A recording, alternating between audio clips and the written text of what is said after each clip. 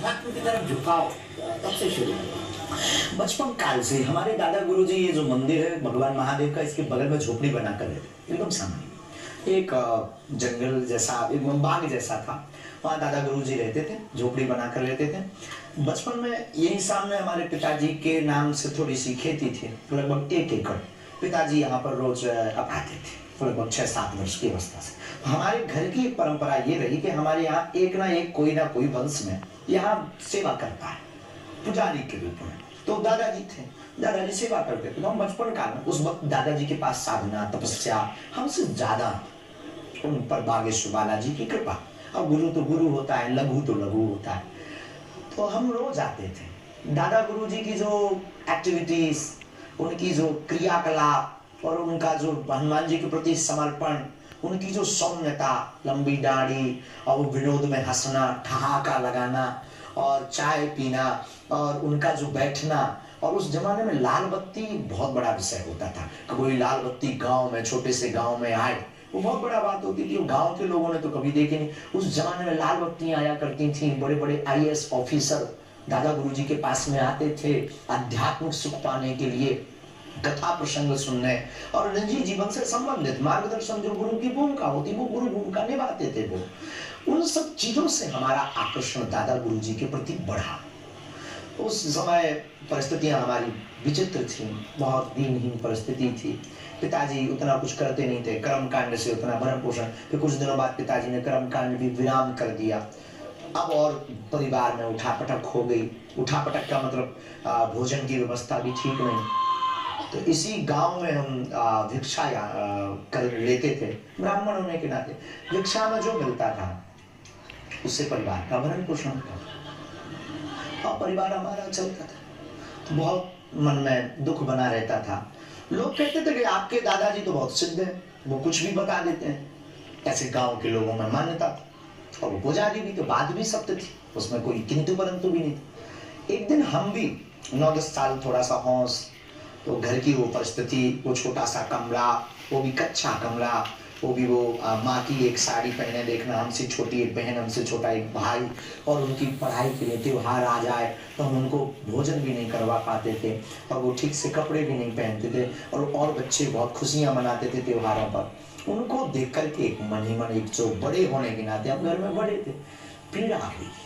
अब ये भी ईश्वर की एक कृपा थी। एक दिन हम दादा गुरु जी के पास आए और हमने प्रार्थना की कि आप तो दुनिया का सब कुछ बता देते हो और हमें तो कुछ नहीं, आप हमें बताओ।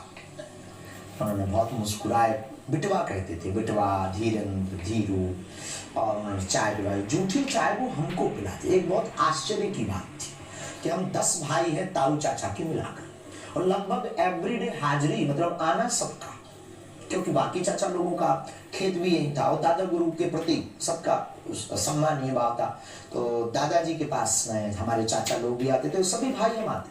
लेकिन जूठी चाय पिलाना हम 10 भाइयों में वो हमको ही बुला कर देते। एक आश्चर्य था, कौतुक था। गुरु की दृष्टि तो बहुत अपार होती, तो वो शायद कुछ देख पा रहे थे। वो चाय हम पीते थे, फिर उस पात्र को धुल करके वहीं रख देते थे। नीचे एक नल लगा है, अभी भी लगा है, उसको हमने मिटाया नहीं, क्योंकि दादा गुरु जी के ना उसमें हाथ से उन्होंने चलाया है, वो याद है। एक फीलिंग्स होती ना, वो जुड़ाव है उससे, आत्मीयता है। तो दादा गुरु जी हमको चाय पिलाया। उन्होंने हंस करके कहा, ठीक है, रात को आना।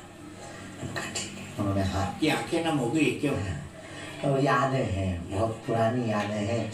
और जहाँ बैठे हैं अब यहाँ, तो मतलब वो सब भी सामने ही है, सन्मुख है।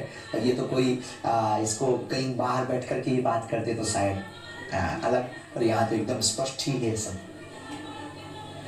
बस रात को गए और उन्होंने फिर सूत्र दिया, बाहें पकड़ी हमारी, बालाजी से उन्होंने जीवन भर के लिए हमें जोड़ा। बोले इससे बड़ी संपत्ति कुछ नहीं। ठीक। और एक लीला दिखाई। लीला मतलब एक बहुत तेज सा प्रकाश सा हुआ, जो आज तक टीवी पे बताने का विषय नहीं, साधक का अनुभव का विषय होता है। हम चले आए, लेकिन हम आपकी तरह ही थे, जो आप लोगों को कई बार होता है। हमें भी लगा कि बस उन्होंने चमत्कार दिखा दिया, बताया नहीं कि हमारी गरीबी कैसे हटेगी। संपत्ति नहीं बताई कि गड़ा हुआ धन बता दें, हीरा बता दें, हमारे पन्ना में हीरा बहुत पाए जाते, ठीक है। पर उस वक्त होश नहीं था कि गुरु ने क्या संपत्ति दे दी जो कभी खर्च नहीं होनी। उस परमात्मा की भक्ति थी। बस दिन बीतते गए, आभास होने लगा, फिर अनुभव होने लगे, फिर कोई सामने आता है तो फिर जो है उसके ये ऐसा बोलेगा, ऐसा मन में आने लगा, लेकिन संकुचित भाव में हम कह नहीं पाते थे। लेकिन वो आके बताता था कि हमारा नाम ही, तो हमें लगता था यार ये तो हमें पता था, हमने क्यों नहीं पहले कह दिया। हमने गुरु जी को भी बताया, वो बहुत हंसे, उन्होंने कुछ उपाय बताए, हनुमान चालीसा पढ़ो, विधान बतलाए, उनको किया, फिर साधना की, तपस्या की, हवन किया, उनकी सेवा खूब की। फिर 2010 में उनका काशी वास हो गया। 2 साल के लिए फिर और बड़ा धक्का लगा, क्योंकि अब हमारा जुड़ाव घर से कम, उनसे ये आंखों की नमी अब रुक नहीं रही हमारा जी, बहुत ज़्यादा प्रेम था हमारा, फिर वो जुड़ाव हमारा उनसे बहुत ज़्यादा हो गया, बहुत ज़्यादा। फिर बस काशी में उनको इच्छा मृत्यु, काशी उन्होंने पहले ही कह दिया था कि हम काशी में शरीर छोड़ेंगे। और जब अंतिम समय शरीर का छोड़ने का आया, गुरु तो आज भी हमारे साथ हैं, लेकिन शरीर छोड़ने का समय आया तो 2-4 दिन यहाँ इंतजार किया, तो ताऊ चाचा लोगों ने, हमने सबने निर्णय किया कि काशी में ही शरीर को त्यागें। हम सब काशी में मणिकर्णिका घाट जी 15 दिन तक दादा गुरुजी वहाँ एक धर्मशाला में रहे।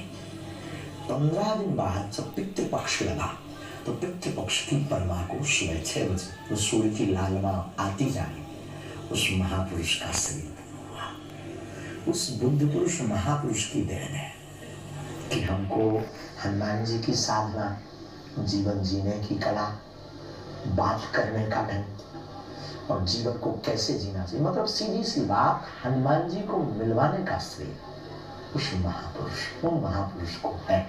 और वो किस्मत से हमारे दादा गुरु जी, तो तब से फिर आज भी वो याद और आभास हमें रहता, वो है, यही है, और उनके कारण हम हैं।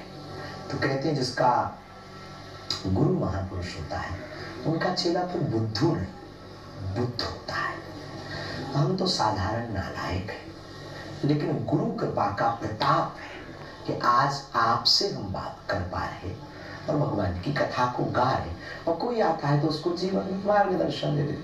हम कोई चमत्कारी या कोई ऐसा कुछ भी नहीं, सिर्फ कृपा, वो भी जो हमारे वेदों में वर्णन है, सिर्फ